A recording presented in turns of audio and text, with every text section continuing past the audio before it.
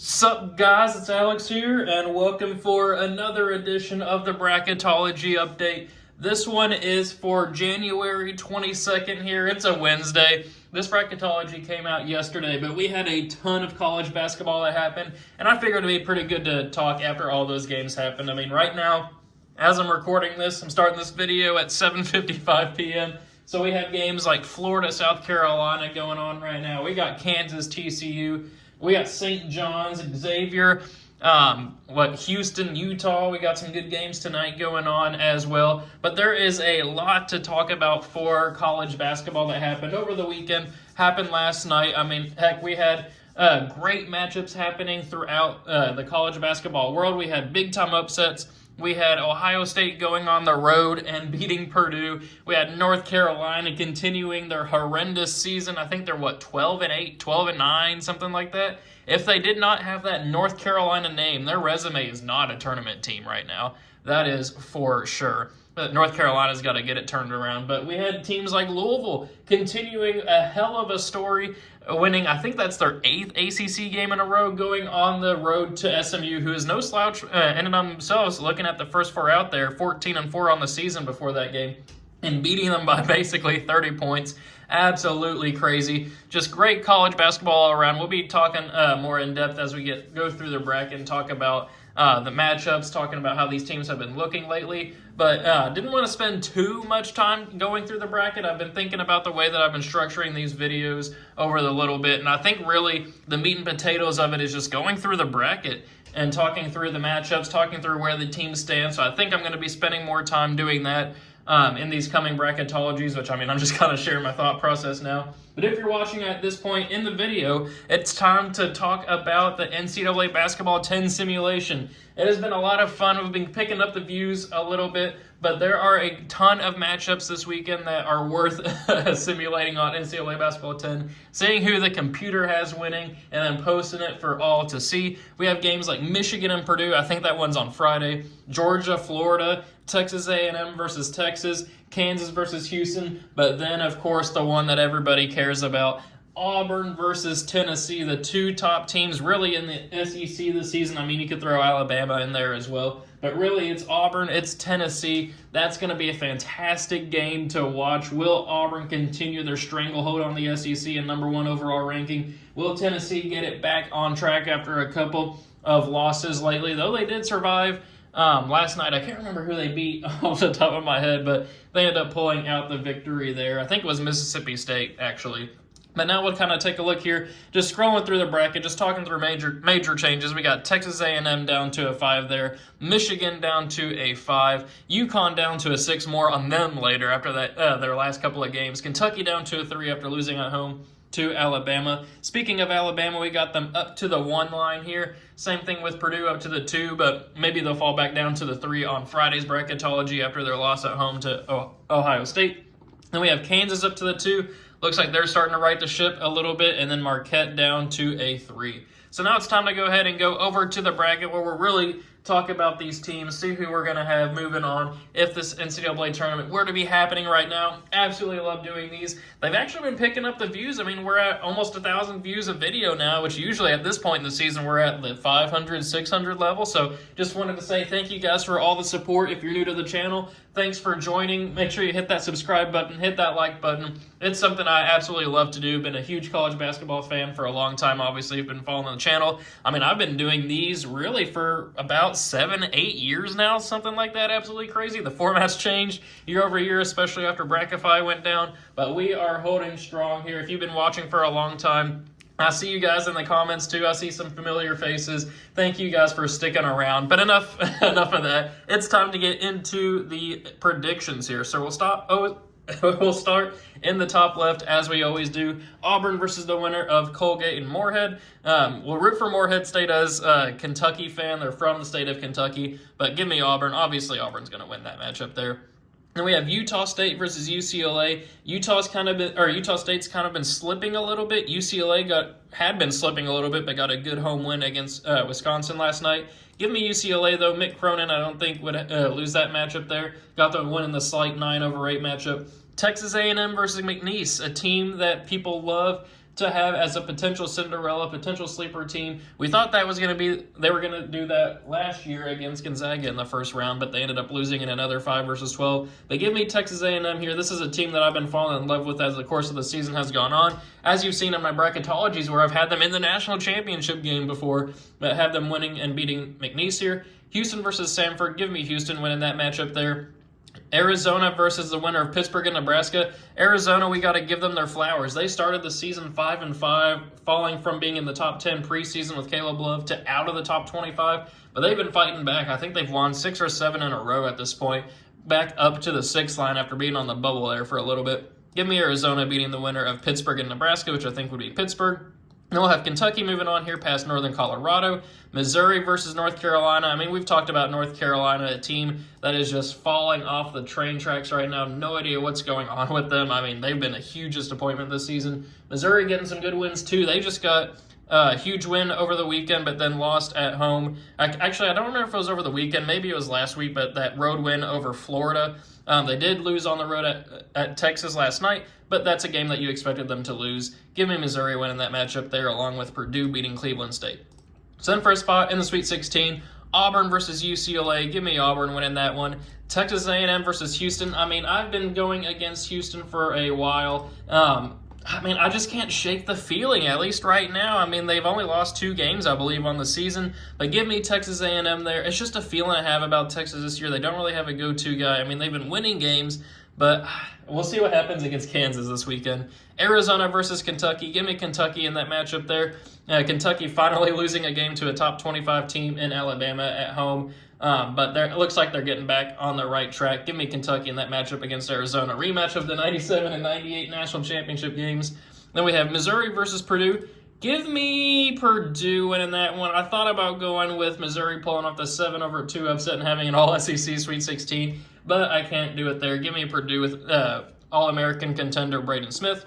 Then for a spot in the Elite Eight, Auburn versus Texas A&M. This was my national championship game a few bracketologies ago, but here we are in the Sweet 16 having this matchup. That's why the bracketing is just so important. You can go from playing in the national championship game to now playing in the Sweet 16. Give me Auburn, though, winning that one. Then we have Kentucky versus Purdue. Give me Kentucky also winning that one. Kentucky needs to get their defensive act together, but their offense can beat anybody in the nation. Give me Kentucky and their bigs down low against Purdue there. I think Lamont Butler will handle Braden Smith, and then Kentucky will pull off the victory there. That sets up Auburn versus Kentucky, and I got Auburn winning that one. As much as I would love to pick my Kentucky Wildcats, I just don't see them winning that matchup there. Auburn's looked too good this year, and Broome should be back at that point. Give me Auburn advancing on to the Final Four. So then we'll move over here to the top right regional, Duke versus Quinnipiac. Quinnipiac, I should say. I keep pronouncing that wrong initially and then correcting myself. Give me Duke there. Baylor versus Maryland, 2 teams that are trending in the wrong direction. I think Baylor lost at home to TCU over the weekend. Give me Maryland there, which I think Maryland might have also lost at home over the weekend. They did. I think they might have lost at home. Maybe I'm just playing there, but Baylor just has not looked too good this season. Give me Maryland in that matchup. Then we have Michigan versus George Mason. Give me the upset pick. Give me George Mason. Michigan just lost over the weekend in kind of a disappointing game. George Mason went on the road, beating Dayton, handling business against Washington. I think they went on the road and beat St. Bonaventure last night too. Give me the Patriots advancing on there in a 12-5 matchup. Then Mississippi State versus Yale. Give me Mississippi State winning that one. UConn versus UC Irvine. We'll talk about this one. Give me UC Irvine. They've been looking really good this year out in the West in the Pac-12. But UConn, a team that has not been looking good this year. I mean, they struggled against Butler at home going to overtime last night. I believe they lost over the weekend. I mean, this team, I don't know what's going on with them, falling down to the 6th line here. Give me UC Irvine ending the three-peat in the first round. Michigan State, I think, will handle business against Akron. Clemson, I think, will beat San Diego State, along with Tennessee over Southern. So then we'll move on here to the Sweet 16. Duke versus Maryland. Give me Duke winning that matchup there. Then give me George Mason making a little run here to the Sweet 16. They've been catching my eye. They've been looking good. I've talked about them over the last couple of bracketologies. Give me George Mason pulling off the 12-4 upset against Mississippi State. And then I think that Michigan State will beat UC Irvine. As much as I would love to see another double-digit seed moving on to the Sweet 16, you got to have a couple of them littered throughout the bracket. But give me Michigan State in that one. Then a battle of the orange teams here, Clemson versus Tennessee. Give me Tennessee and Zakai Ziegler. We'll see what happens in this game against Auburn, but they righted the ship a little bit against Mississippi State. They quelled a little bit of my fears in that matchup. So then for a spot in the Elite Eight, Duke versus George Mason. Give me the Blue Devils advancing on there, who might be the #1 overall seed after Saturday's Tennessee-Auburn game. And they will face Michigan State, who I think will get the 3-over-2 upset over Tennessee, which sets up Duke versus Michigan State for a spot in the Final Four. Give me Duke. I just think their talent's going to overwhelm Michigan State. Michigan State's playing great basketball lately, only 2 losses on the season, but give me the Duke Blue Devils advancing on to the Final Four there. So then the bottom right regional will move over there. Alabama versus Omaha. Give me the Crimson Tide winning that one. Texas Tech versus St. Mary's. Give me Texas Tech. Memphis versus Bradley. Give me Memphis pulling off the 5-over-12. I don't want to say upset there, but Bradley's going to be similar to McNeese, a team that a lot of people will have as a sneaky 12 seed, the classic 12-over-5 upset. Give me Memphis moving on there. Illinois versus Middle Tennessee. Give me Illinois in that matchup there. I don't really see that Middle Tennessee giving them too much trouble.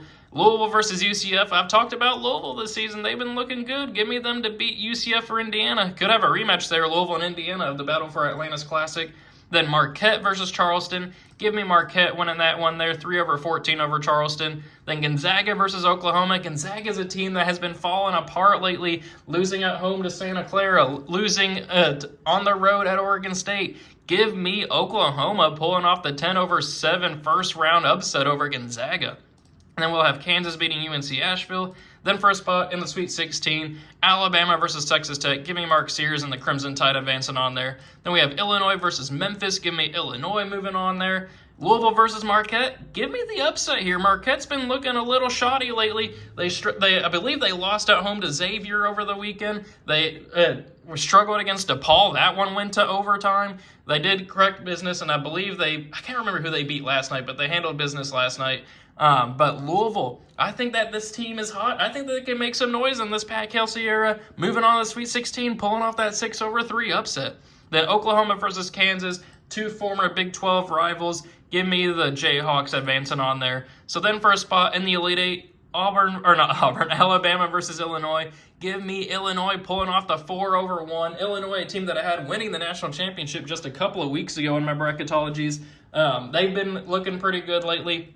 Alabama, they rely a lot on the 3, and if that falls short, if they go a little bit cold, I worry about their potential path to the national championship, just relying so much on the 3s. I think the 3s are 48% of their shots, something like that. But then Louisville versus Kansas. Give me Kansas ending the run of Louisville. I think Louisville's going to be good for a long time, but just not this year. I think Kansas's talent's going to overwhelm them, which sets up Illinois versus Kansas for a spot in the Final Four. Give me Illinois pulling off let's call it an upset. 4-over-2, knocking out Alabama, knocking out Kansas on the path to the Final Four. Give me the Fighting Illini. So then over here, the bottom left regional, Iowa State versus Long Island or Howard. Obviously, Iowa State's going to win that matchup there. Georgia versus Creighton. 2 teams that are looking really good lately. Both teams, I'd say, that are trending up. Creighton also trending up. They were on the bubble. They were on the next 4 out just a couple of weeks ago, but they are stacking win after win. Give me Georgia moving on there, though. I just like the Bulldogs a little bit more in a little bit tougher competition. Looking pretty good. Give me the Bulldogs. Wisconsin versus Lipscomb. Give me Wisconsin there. I don't see Lipscomb pulling off that upset. Then we have Ole Miss versus South Alabama. Give me Ole Miss. West Virginia, a team that had been trending up, but it seems like as soon as they get ranked, they lose. Then they go on a winning streak to get back to being ranked and then lose again. They lost to Arizona State at home. Give me New Mexico winning that matchup there. West Virginia, they've been a team that I've been loving in these bracketologies lately, having them make a little bit of a run, but they're just a little too inconsistent at this point. Give me New Mexico, who's been impressing, obviously, as an 11 seed now. Then we'll have Oregon beating Utah Valley. St. John's, a team that, similar to West Virginia, they just keep falling in and out of the top 25, kind of bouncing around there. Give me Vanderbilt winning that matchup, who just beat Tennessee over the weekend. Then we'll have Florida moving on past Bryant. Then for a spot in the Sweet 16, Iowa State or Georgia. As much as I would love to see Georgia win that matchup there, give me Iowa State moving on. Solid number 1 seed moving on to the Sweet 16. Wisconsin versus Ole Miss. Give me Wisconsin pulling off that 5-over-4. I know they did just go on the road and lose to UCLA, but losing to UCLA on the road is not a big deal. Ole Miss, a team that can go hot and cold as well. They're a team that I think could make the Final Four if things go right. But give me Wisconsin pulling off that little upset there. And we'll have Oregon here moving on past New Mexico. And then I'm going with an upset pick here. I'm going to go with Vanderbilt beating Florida. I had Florida, I think, in the Final Four in the bracketology over the weekend. But why not have an upset here? We got to have a couple double-digit seeds advancing on there. And Vanderbilt has shown that they can really beat anybody in the nation in the SEC this year. That'd be an SEC rematch in the second round. Give me Vanderbilt. We'll have some fun here in the brackets. So then for a spot in the Elite Eight, Iowa State versus Wisconsin. Give me the Cyclones advancing on there, where they will face Oregon, who will move on past Vanderbilt into the Elite Eight. And then for a spot in the Final Four, give me Oregon. I think I've been disrespecting them a lot lately. This matchup right here, I do think that they could lose to a 6. It seems like they have been struggling against quality teams this year, especially teams like Penn State, Purdue, Illinois, all of them. But the way that this bracket kind of shook out, they faced, a 14, an 11, a 10, obviously the 1 seed in the region. But I have my worries about Iowa State. This might be the only time I ever give Oregon a chance in the Final Four. Why not have some fun here? But then for a spot in the national championship, we have a 1-3 and then a 1-4. Up first, we have, for a custody of Bo Nix match, Auburn versus Oregon. Give me Auburn advancing on there. Oops, can't do that one. Microsoft Celtics says, give me Auburn. Then we have Duke versus Illinois. I know it's boring to pick the top 2 teams, but they've been playing like the top 2 teams in the nation for a reason. Auburn versus Duke, but this time give me the Blue Devils. Cooper Flagg showing that, finally showing his almost 30-point-a-game average this season. This team is playing very well. They had a little bit of a rough start to the season, but now playing like the number 1 overall seed in the nation. This team is stacked. I think they have the nation's longest winning streak at like 12 or 13 games at this point. I just got them beating Auburn at this point. I think the talent's going to overwhelm the experience of Auburn. Give me the Duke Blue Devils. So, thank you guys for watching. I hope you enjoyed it. Be sure to leave a comment below on what you thought of my predictions. I know I kind of went through these a little bit fast today, and it was a little bit chalky, I'll admit. Usually we have like a 5 or a 7 seed in the Final Four, but obviously today the lowest seed was a 4. Make sure you comment below what you want the NCAA Basketball 10 simulation to be. If we can get a game above 5 likes or 5 comments in total, then I'll put that on NCAA Basketball 10, simulate that, throw that up on YouTube, all that fun stuff. Thank you guys for watching. Hope you enjoyed it. Be sure to like and subscribe, and I will see you all later.